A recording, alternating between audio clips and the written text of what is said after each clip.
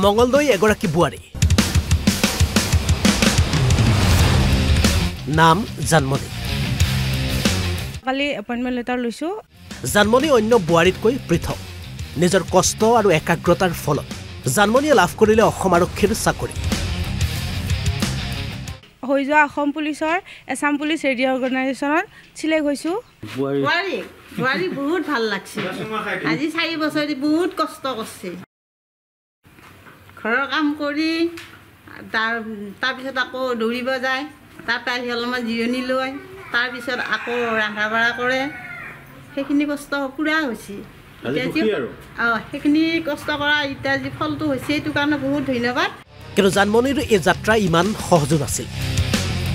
হয় সমাজৰ একাংশ বোৱাৰীয়ে ফেচবুক ইনষ্টাগ্ৰামত ব্যস্ত হৈ থকাৰ সময়ত জানমণি ব্যস্ত হৈছিল কঠোৰ অনুশীলনত বেজাৰাৰ পৰা দৈনিক 12 কিলোমিটাৰ চাইকেল চলাই গৈ চপাই খেলপথাৰত কৰিছিল অনুশীলন জানমণি এখন ঘৰৰ বোৱাৰী নিজৰ সংসাৰৰ দায়িত্বৰ লগতে কঠোৰ পৰিশ্ৰম আৰু একাগ্ৰতাৰ বলত আজি জানমণি তথা পৰিয়ালৰ মুখত বিৰিঙিছে হাঁহি কষ্ট কৰিছিলে চাকৰিটোৰ কাৰণে 3-4 বছৰ ঘৰৰ পৰা আপডাউন কৰি পেলাই এনেকৈ যাব লাগে ঘৰতো বহুত কাম থাকে তাৰ মাজতো মোক ভাত পানী মই ৰাতিপুৱা 7টামান বজাতে মই ফ্লিপকাৰ্টত কাম কৰোঁ 7টামান বজাতে মই অফিচত যাব লাগে মোক তাৰ পৰা দৌৰি আহি কিনে চপাই ফিল্ডৰ পৰা চাইকেললৈ দৌৰি আহি মোক 7টা বজাত ভাত পানী বনাই আকৌ মোক ৰেডি কৰি পঠাব লাগে তাৰ পিছতো যে মানে চাকৰিটো পালে জানমণিৰ মুখেৰে শুনক জানমণিৰ সফলতাৰ কাহিনী নমস্কাৰ মোৰ নাম শ্ৰী জানমণি বৰা মোৰ ঘৰ 2 নম্বৰ বেজপাৰ মঙ্গলদৈ আৰু মোৰ মাৰ ঘৰ ঔতলাত মই হৈ যোৱা অসম পুলিচৰ এছাম পুলিচ ৰেডিঅ' অৰ্গেনাইজেশ্যনত চিলেক্ট হৈছোঁ এই জাৰ্ণিটো মোৰ কাৰণে বহুত কষ্ট কৰে বুলি ক'ব পাৰোঁ কিয়নো এগৰাকী বোৱাৰী হৈ ৰাতিপুৱা ভাটিবেলা চাইকেল মাৰি যোৱাটো ইমান সহজ নহয় এখন ঘৰত দায়িত্বও থাকে তাৰোপৰি এই জাৰ্ণিটোত মোৰ ভাইটি ভণ্টি বন্ধু বান্ধৱী সকলোৱে মোক সহায় কৰিছে লগতে মোৰ মা দেউতা মোৰ হাজবেণ্ড আৰু মোৰ শাহু দেউতাৰ শাহু মই বহুত মোক লৈ গৌৰৱ অনুভৱ কৰিছে কাৰণ মোক তেওঁলোকে দেখিয়া আছে যে দিন ৰাতি মই কেনেকৈ কষ্ট কৰিছোঁ মই এই প্ৰেক্টিছটো চপাই ফিল্ডত কৰিছোঁ ৰাতিপুৱা 4টা বজাতে উঠিব গৈছিলোঁ দৌৰিব আৰু কেতিয়াবা আবেলিও যাওঁ বেছিভাগ মানে পুৱা ৰাতিপুৱা যোৱা যায় আৰু মই এই মানে প্ৰেক্টিছলৈ গ'লে ইয়াৰ পৰা চপাই ফিল্ডলৈ চাইকেল লৈ যাওঁ 12 কিলোমিটাৰ হয় অহা যোৱাৰ হয় আমাৰ ঘৰত ময়ে প্ৰথম চাকৰি পাবলৈ সক্ষম হৈছোঁ আৰু হয় মাৰ ঘৰতো ময়ে প্ৰথম আৰু স্বামী ঘৰৰ পৰাও ময়ে প্ৰথম মোৰ স্বামীয়ে ফ্লিপকাৰ্টত কাম কৰে ডেলিভাৰী বয় কালি এপইণ্টমেণ্ট লেটাৰ লৈছোঁ সেই দিনটো মোৰ বাবে বহুতেই বিশেষ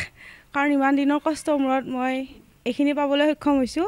ইয়াৰ কাৰণে মই প্ৰথমতে ধন্যবাদ জনাইছোঁ মামাক কিয়নো তেওঁৰ বাবে আজি এইখিনি সফল হৈছোঁ আৰু সকলো ল'ৰা ছোৱালীয়ে মানে নিকা আৰু স্বচ্ছ পদ্ধতিৰে মামাই এইখিনি কাম সুকলমে কৰি নিছে ইয়াৰ আগৰ পৰা মানে শুনিছোঁ তেতিয়া মানে বহুতে কয় আৰু অসম পুলিচত গ'লে পইচা দি চাকৰি ল'ব লাগে কিন্তু এতিয়া মামাৰ দিনত 1 টকাও নোলোৱাকৈ আমি এই চাকৰি পাবলৈ সক্ষম হৈছোঁ মই এই চাকৰিটোৰ বাবে যোৱা 4 বছৰৰ পৰা মই মানে কষ্ট কৰি আছোঁ আজি 4 বছৰ মূৰত মই 2025 চনত সফল হৈছোঁ তাৰ আগৰ পৰা মই 2017 চনৰ পৰাই ইণ্ডিয়ান অইল ITBP